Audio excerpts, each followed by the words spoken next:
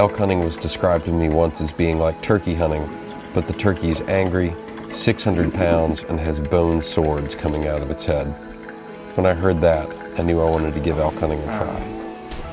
So after a full year of planning, study, and practice, I loaded into a truck with my cousin Lincoln and friend Connor, and we headed west across the plains on an elk adventure.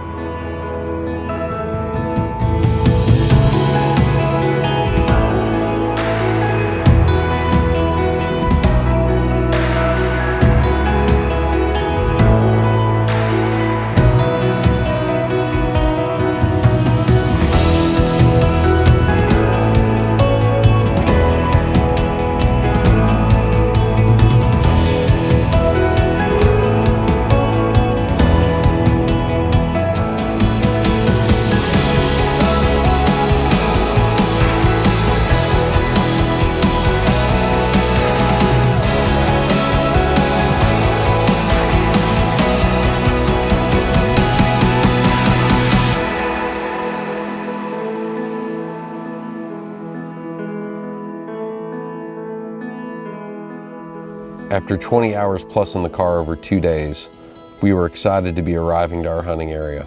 We quickly pulled on some clothes, unracked the Rambo bikes, and headed up into the mountains. Bend, it's kind of up on that little point.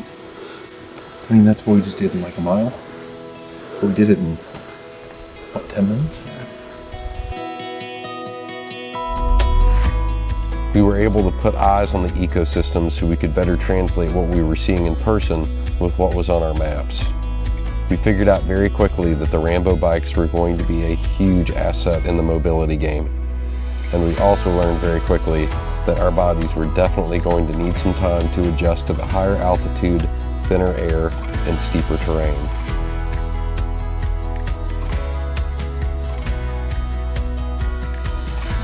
We left hours before sunrise the next morning and drove through the dark, stopping to bugle along the way, hoping to get a bead on where a bull might be. With no response, we returned to camp and took the Rambo bikes up the mountain. So we just came up this trail and it is super steep, and then finally leveled off, and we've got some aspens. You can see it kind of crest right up here. So we're gonna try to get up, do a quick wind check on the thermals, make sure that the wind's not blowing down the hill, and then we're gonna call a little bit from the top.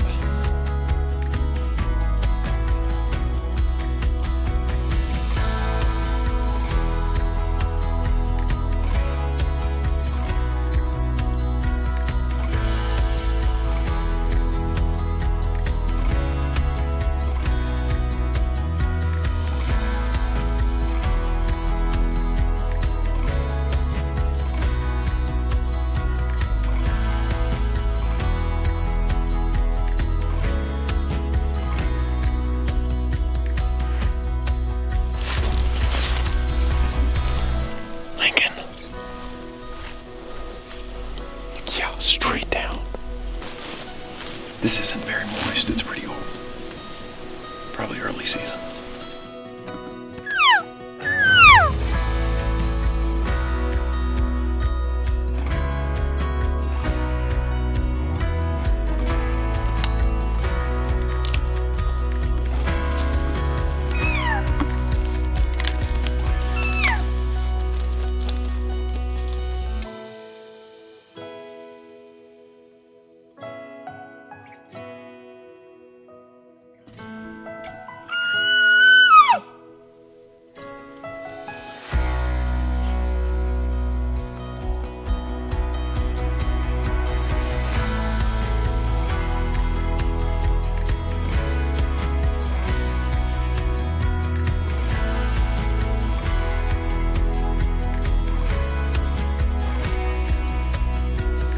So day one, we did 2 hours of driving to check out a new camp spot and try doing some location bugles from the road. We peaked 10,000 feet. We are still going to chase down that water source, see if maybe there's a wallow at the end of it, or even anything drinkable. I mean, it's dry. It's real dry. We have found elk sign, just older than we'd like. We found a lot of bear sign. A whole lot of bear sign. So we're at least in the right vicinity. I just don't think we've narrowed it down yet. Or the right attitude. Oh, screw that. You get the right attitude. Right attitude. I don't know if we're in the right vicinity yet. Lincoln was right. We weren't in the right vicinity. And as much as my optimism didn't want to admit it, although we had found elk sign, it was too sparse and too old. That evening, as we were prepping for the next day, an old man named Fred walked into camp, seeming to materialize out of the dark. His worn cotton pants, plaid jacket, white beard, and eccentric nature was warm and entertaining. Fred was a local man, a hunter, and generous with his information. We pulled up some maps and he pointed us towards a short, unassuming pile of dirt and sand an hour away from our camp, saying, "There's always elk there, but nobody hunts it anymore." After chatting a while longer, we said our goodbyes. He got into his truck and drove away, and we decided to follow Fred's tip the next morning.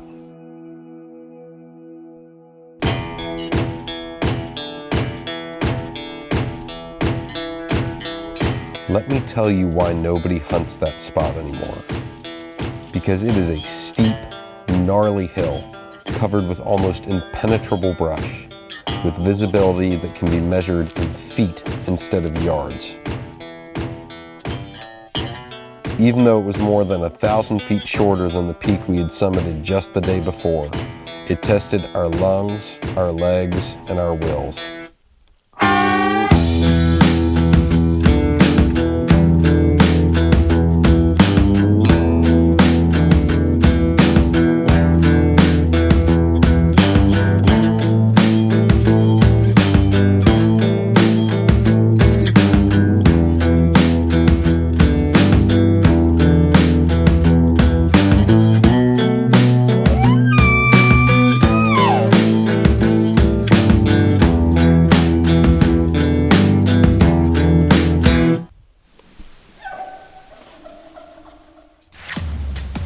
You will never forget the first time you hear an elk bugle at you. It spikes adrenaline in a way nothing else can.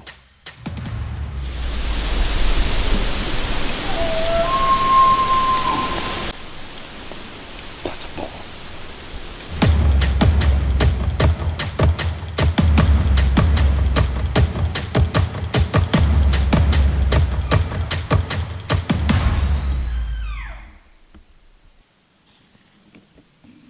Forever burned into my brain is the image of tan hide and tall, dark antlers floating through the trees.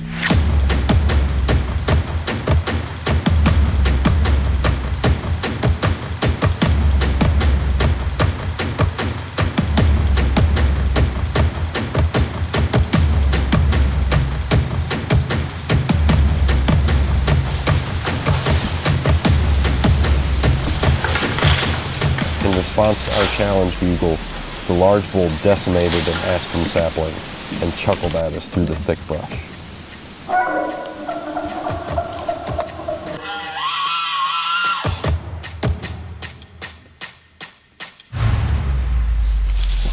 So we just had a really great encounter with how many cows? 2 cows and 1 satellite bull, and I think the herd bull. We actually called the satellite and the herd bull in at the same time, and they kind of faced off with each other, and obviously the satellite bull was like, "I'm good, bro." So he left, and the herd bull headed back down the hill, but he bugled again. He's totally comfortable with where he is. We think he's at about 8,500 feet. So we're going to scoot back up, check the wind where we're at, and just work the wind the best way that we can to get in on where we think this herd is. We are really using Onyx maps for this, because Onyx is allowing us to see our exact elevation, our exact position. We've already dropped markers on where we know we saw this bull. So we've really feel like we've got the edge going into this thing about as much as you ever could have, walking into ground we've never even scouted before. So day 2, we're already seeing elk.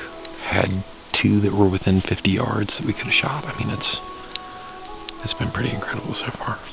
Let's do it again.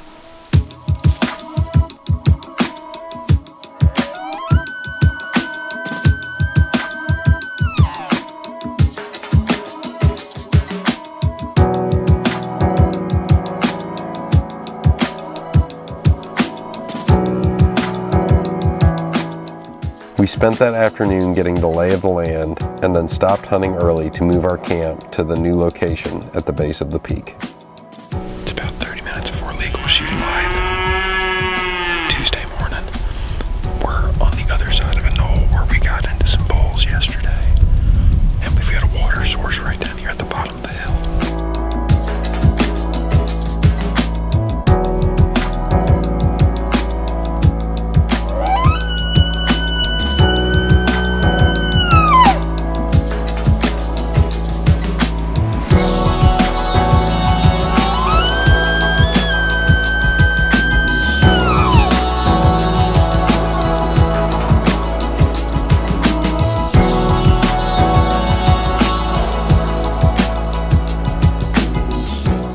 Once on the other side of the summit, a bull bugled at us from the opposite mountain.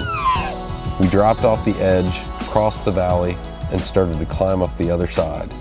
Using Onyx maps, we were able to discover a small but secluded water source deep in the timber.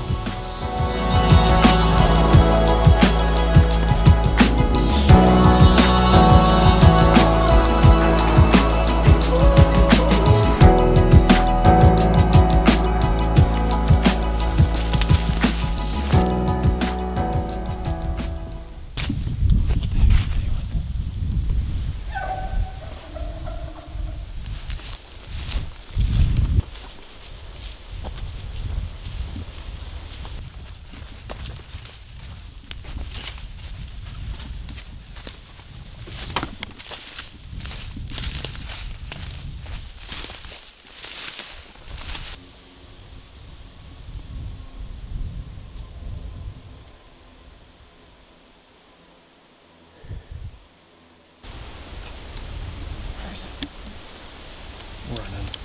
He circled us.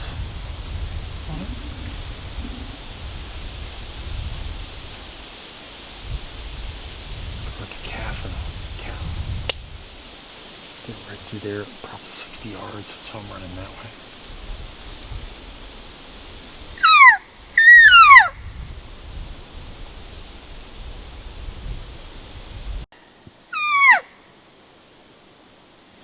So here's been the scope of the day. We were up there at 8,900 feet.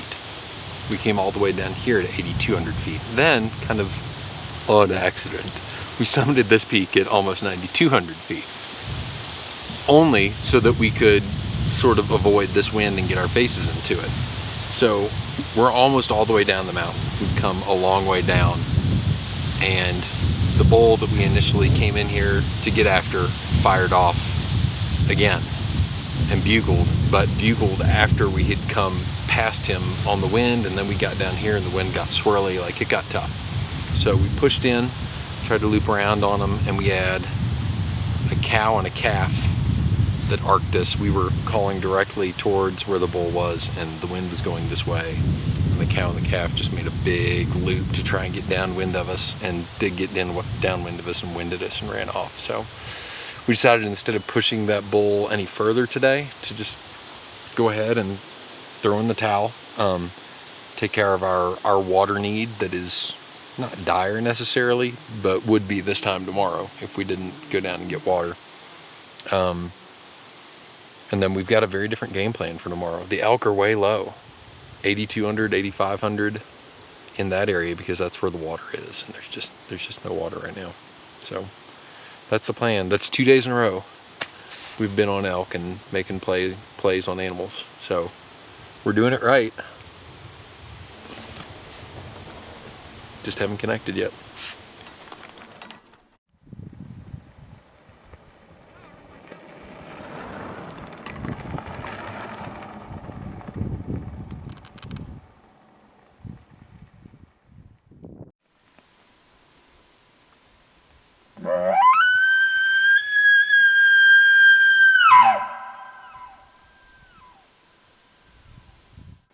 Wednesday morning felt different.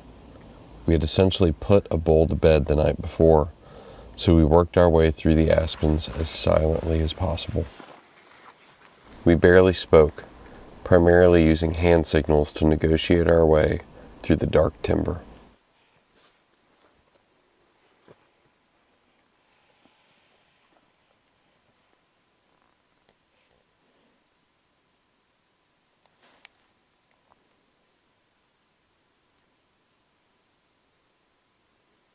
Our bugles were sparse but remained unanswered for the duration of the morning.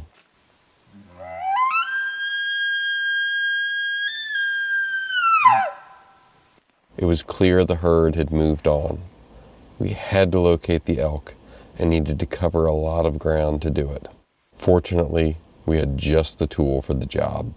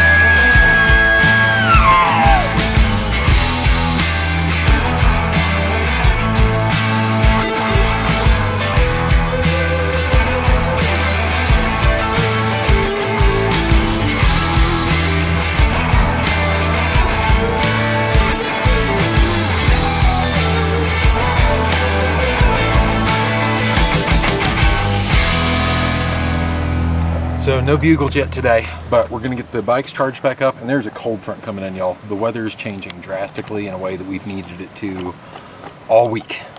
So we're gonna get some food in our bellies, get some stuff pulled together, and get out there and get after it.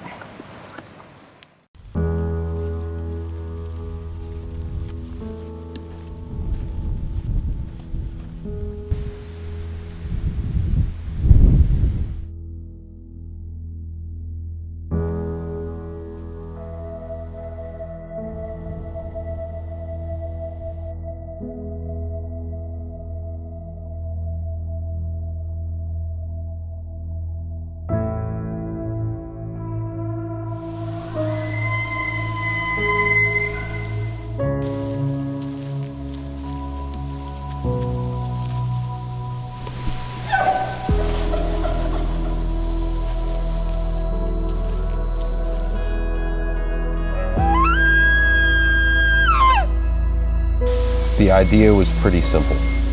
We had a vocal bull, and we could use Onyx maps and our calling to triangulate his position.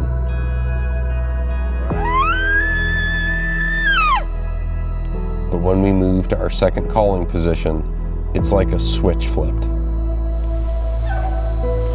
The bull got antsy and pressured and decided to move his cows up past the waterhole.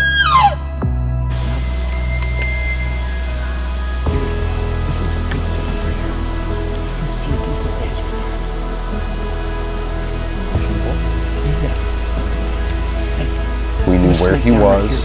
We even had an idea of where he was going, but he was on the move and moving fast.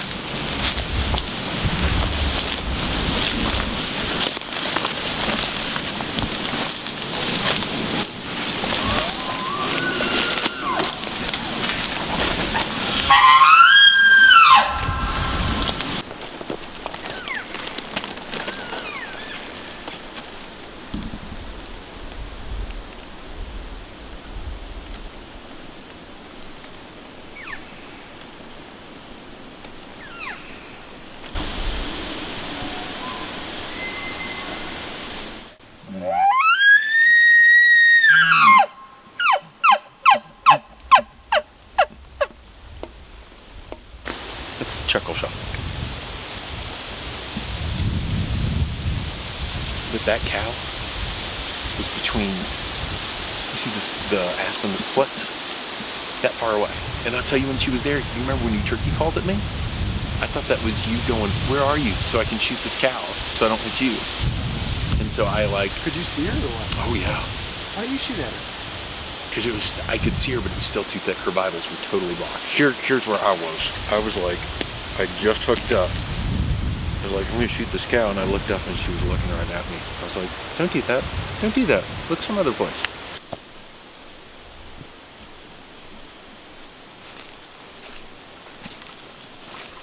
This is quite the rigmarole we found ourselves in.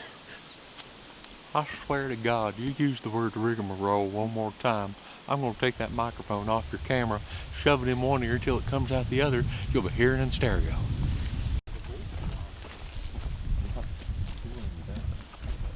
Not until he got his cows up and then went to the water. Yeah. And then he started talking. Well, he's moving them along, right? Yeah. Girls, come on. We split that herd up though, because some of them ran up the hill, and at least 3 of them took off going right back down. I bet you they're talking in the morning. Can you imagine that, like, could it be any more ease of access to animals than this? Yeah, right? It's a seven-minute ride on a bicycle. Everybody drives right by this spot. They don't pay it any mind. And I guarantee, because it's on the other side of the ridge and all the wind, nobody's got a clue any of that just went on. And it says, road closed to vehicles. Yeah, there you go. Can't get off Nobody likes walking. Can't get off my quad. We got in there and got a bull fired up, got him chit-chatting a little bit, but then he decided to move his cows up past this water, and we got it. Was it 3 bulls total? I believe it was 3. 3 bulls and probably 30 cows. We had bulls as close as that one that chuckled. How far was he from you through that thick stuff? 20 yards? Every elk video I've ever seen, when they bugle and chuckle, there's an element that you're missing where you don't just hear the bugle, like you can feel that resonance deep in your chest. They are giant animals with huge vocal cords and enormous lungs pushing a lot of air. They're loud and they're awesome. And I respect them and still want to shoot one through the lungs. Is that weird? It was like the most intense 2 hours of my life. And I'll say, like, besides getting my child's birth, getting married, this is like probably one of the most exciting things I've ever done. It's totally calm today. It was gusting 15-20 miles per hour yesterday, and it's just dead. So our bugles are going to carry a lot farther. Hopefully we'll have traditional thermals with air falling, whereas this whole week we've been fighting the wind. I think today could be the day, and it better be, because it's the last day of the hunt.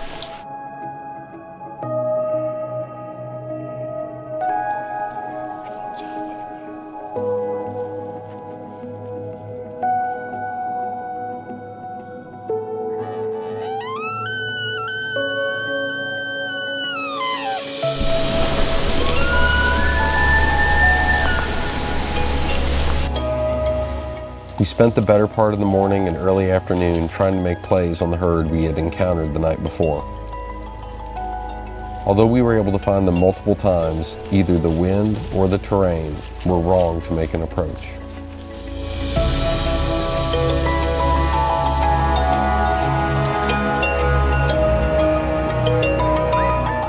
We knew they had been holed up on the mountain all day, and their need for water would have to be met. So we hedged our bets on the small but isolated pond at the base of the hill. Then, as evening set in and the thermal started to fall,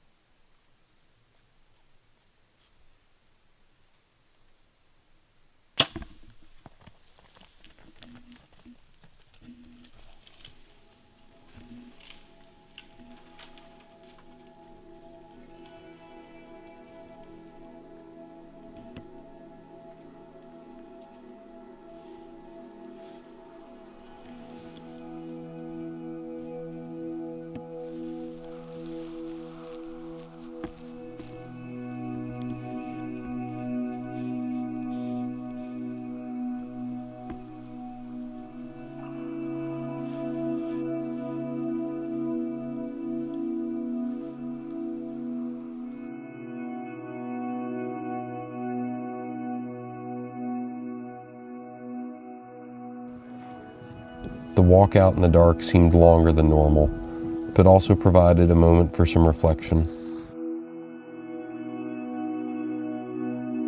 I don't know when, but I'm coming back. I don't know if it'll be like 2 years or 3 years, or I don't think it'll be next year, but it's just too much fun.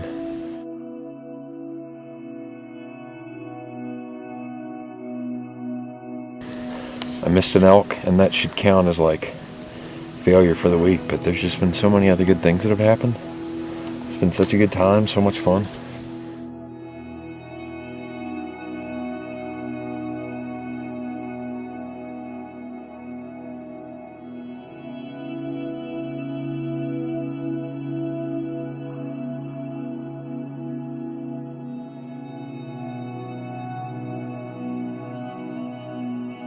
If I knew what the end result was going to be, that I'd end up missing an animal at 50 yards, I'd still do it all.